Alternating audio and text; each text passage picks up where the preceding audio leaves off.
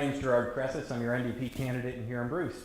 And it's an exciting jump from community news to politics, but I see it as a vital jump and a sacred duty because Canadian politics are changing and people are voting for progress. And after more than 2 decades of cuts, austerity, and red and blue corruption, the NDP is being, right now, the forefront of progressive politics. And we have been for decades, trying to improve our healthcare, our social networks, our green, sustainable industries, and of course, our food supply. And we have to ask why, only in a year, when the NDP stands to form a government, are the other parties beginning to do the same? Most of Trudeau's platform is pretty much borrowed from the NDP. They've done this in the past, and they've promptly about-faced when elected. And Harper's playing catch-up as well, with our childcare benefits and lowering the small business tax rate. But why couldn't they have looked after Canadians, made these promises when they held majorities under Harper or Chrétien? In rural Ontario, our concerns are about people. Inequality, seniors in poverty, the high cost of raising a young family, no jobs for qualified people, no qualified people for jobs. Now, the NDP plan to improve life for rural Canada is simple. Invest in people. Invest in dignity in retirement. Invest in Main Street jobs. Investing in the safety of our most vulnerable, and again, of our agriculture and our food supply. That's why we have plans to create $1,015,000 a day childcare spaces, to invest in small manufacturing with innovation tax credits. The party that brought us healthcare wants to save healthcare. We have plans to create 200 new medical clinics, hire 7,000 new doctors and nurses. We have plans to provide adequate services for 1.5 million young adults under the age of 24 who are suffering alone with mental illness, including those in our communities. And we plan to balance the budget as we do so. Because, like households across this riding, the NDP wants to live within our means.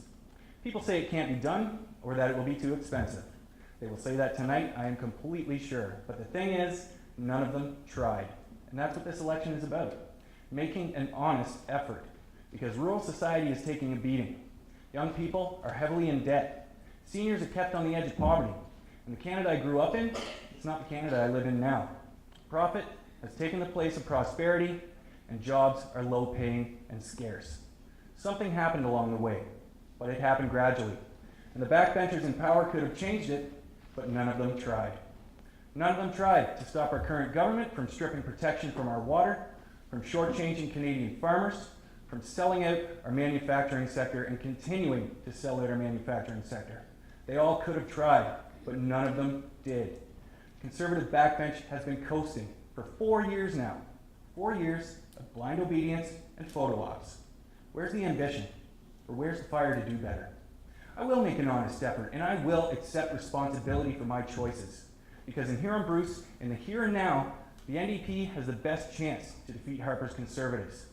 The numbers are on our side, and we finished second in 2011 with 25% of the vote. Nobody thought that would be possible. And you can go to strategic voting sites, Lead Now, Strategic Vote Canada. They will tell you the NDP is in the best place to put Harper's Conservatives out of the job in Huron-Bruce.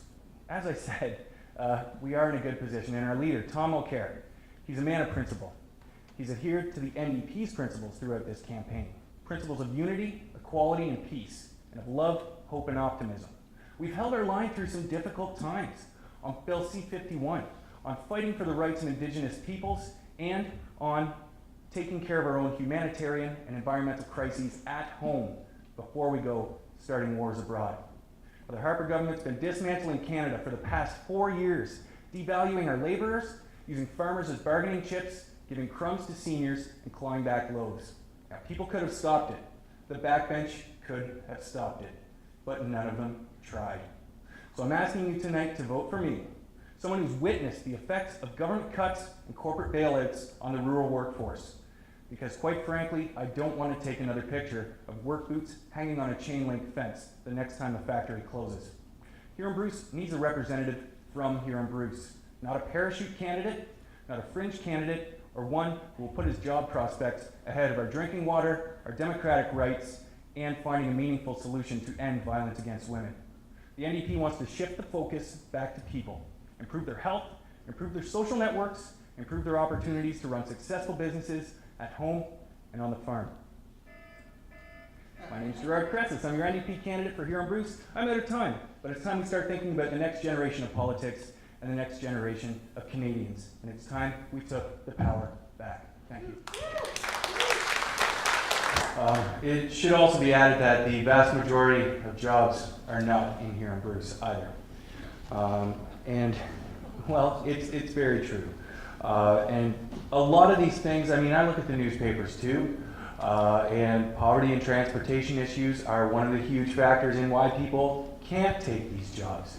People don't have enough to get by, and if you want to be talk about the social assistance loop, people have to sell their cars to be able to get any help from the government as it stands. And I know that's a provincial issue, but this is a poverty loop, and that's why people can't get to work at the bottom. You say, oh, why don't you just go get a job? A lot of people can't because they had to sell everything they had to be able to even get a little bit of help. Now the NDP, I mean, what we want to do is invest in small manufacturers because, well, we've seen the current approach. Volvo and Goddard's is a good example, and I was there when the plant closed. That was 400 jobs gone. The plant moved to Pennsylvania. They're not making graders anymore. The intellectual property was sold. So if they wanted to make graders in Goddard's anymore, good luck. And that's the type of trade system that we have. Yes, we can say, oh, we're opening up markets, we're opening up markets. We're opening up markets for our labor, for the Americans, for the Chinese, because I know where Ben worked, and there's 3 flags hanging outside there now, where there used to be only 1. I only have a single rebuttal, and that's to Mr. Thompson. If Ben doesn't use the name Harper too much, I would say you're using the name Trudeau as a crutch. Now, this election presents the first opportunity for change in Canada in 150 years alternating between red and blue governments, and it's an opportunity for progress and for prosperity. And we need to contemporize politics because the next generation of voters don't feel they have a government that reflects their views. Job opportunities have dried up, and we have to create new ones for them to come home to. I don't want to see hometowns fade away, and I know you don't either, because we're stronger than that. And I know that because I've been here all the long, writing the stories, taking the photos, following up on our greatest successes, and sadly our greatest tragedies. I'm 34 years old. I've been in local news for 10 years almost now in communities across this region. I have an intimate knowledge of how rural Ontario works because it's been the focus of my entire career. I'm a first-generation Canadian on my father's side, or new stock if you go by Harper's definition. My family came to Canada from Belgium 8 years after the Second World War because my grandfather didn't want his sons dying in vain after what he went through. Canada accepted them, they accepted us with open arms. But Canada's arms are closing, and so is its mind. People are afraid now. They're afraid of the unknown, afraid for their jobs and their families, and now the Reds and Blues want you to be afraid of us. Conservatives will tell you Canada can't afford to put the NDP first. Meanwhile, under Harper, they've racked up 1/4 of Canada's total debt since Confederation. The Liberals will tell you an NDP vote is a wasted vote. Meanwhile, they are 3rd place in this riding, and they know it. The NDP wants to shift focus back to people, because it's people's votes that build government, and it's people's votes that should take them down. Our Canada has consequences when the powerful prey on the weak. Now, to all those small C Conservatives who Harper ignored, to all those blue Liberals who want stability and steadiness, to all those Greens who want fair and truly representative elections, join with me and vote NDP this year. Join with us, and let's take the power back.